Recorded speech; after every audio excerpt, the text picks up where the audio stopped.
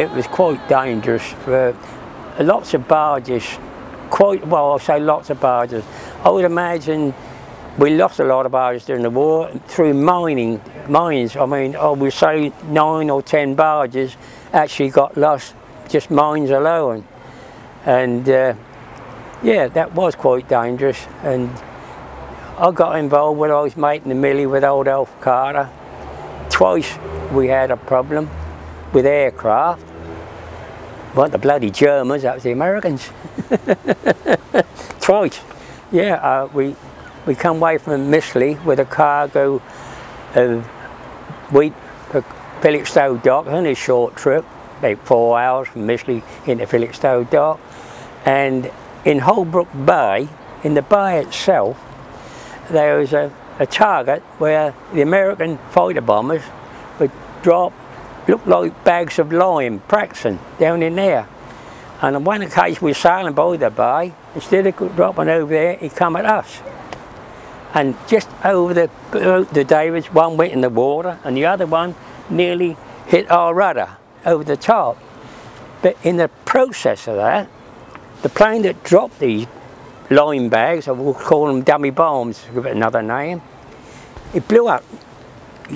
His wings went in all directions, and I remember the wing go on there now, and it went in some trees at Rabness. That's how it went, disappeared. And of course, the pilot was obviously killed, and when I put our pilot ashore, which is a man called Jimmy Stone, put him ashore, and then come the second plane, only like where them boats are now, only about 20 feet above the water, looking at us, and took off. And then got Felixstowe Dock, reported it, so what had happened. They weren't interested. That was life in them days, they weren't interested. And then the next time there, a few months later, there's a fleet of barges sailing out of Harwich, bound to London with a cargo. A day like the day, beautiful day. Halfway between Clacton Pier and Walton Pier, there's 4 planes obviously come from the continent, been on a bombing raid. They were big American bombers, the biggest they got. And one of them, propeller wasn't functioning. And he come heading towards the nave, Walton, and then he straightened up, and us barges nearly all in line, and he followed them, and I stood near, just over there, looking back. I was having a look at this plane, what propeller, and presently 4 containers come from its wings, 4. And 2 hit the water that side, 2 that side, only about 25 feet away, and they blew up.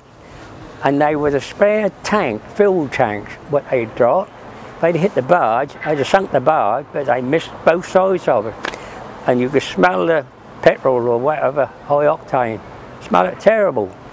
And off we sailed away again, and nobody reported nothing again. But that was twice. Americans above us. The end of the war then, that was, you know. We lay just below Gray's, place just outside the Tilbury Dock. And that's the first time we saw one coming across. And my skipper Ralph, we didn't know about these. I mean, he just coming across, I think that's about the same day of the invasion. First one come to that, when we went over.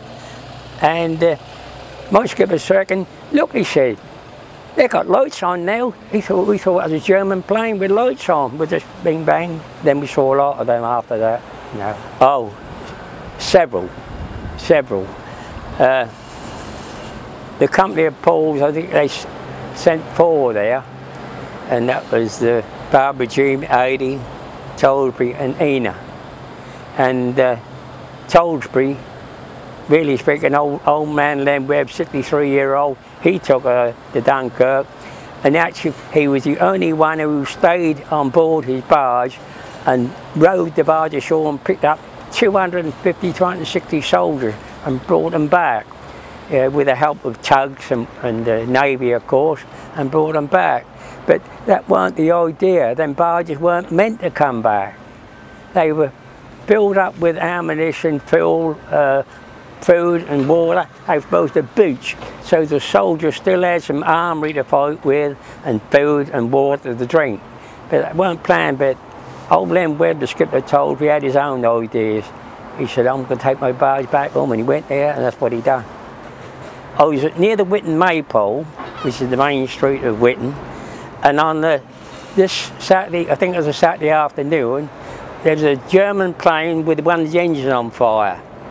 And when they got over what they called King George V playing ground, looking quite clearly, two of the German aircraftmen jumped out over there, strong winds heading towards, and they were following the railway line from like Claydon and Bramford all the way towards Ipswich Station.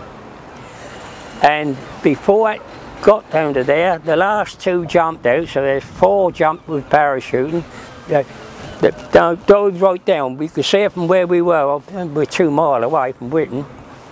And I say even today, that pilot followed them railway lines down, and he was going to crash that plane on Ipswich railway station.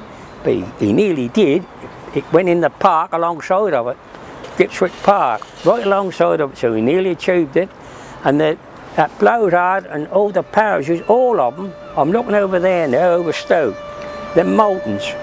That's where they landed, and one landed on the roof of a house in Perkins Street. And all the other women went after him, I'll tell you. They want to murder him. If the home guard hadn't arrived, I reckon they would have done. Yeah.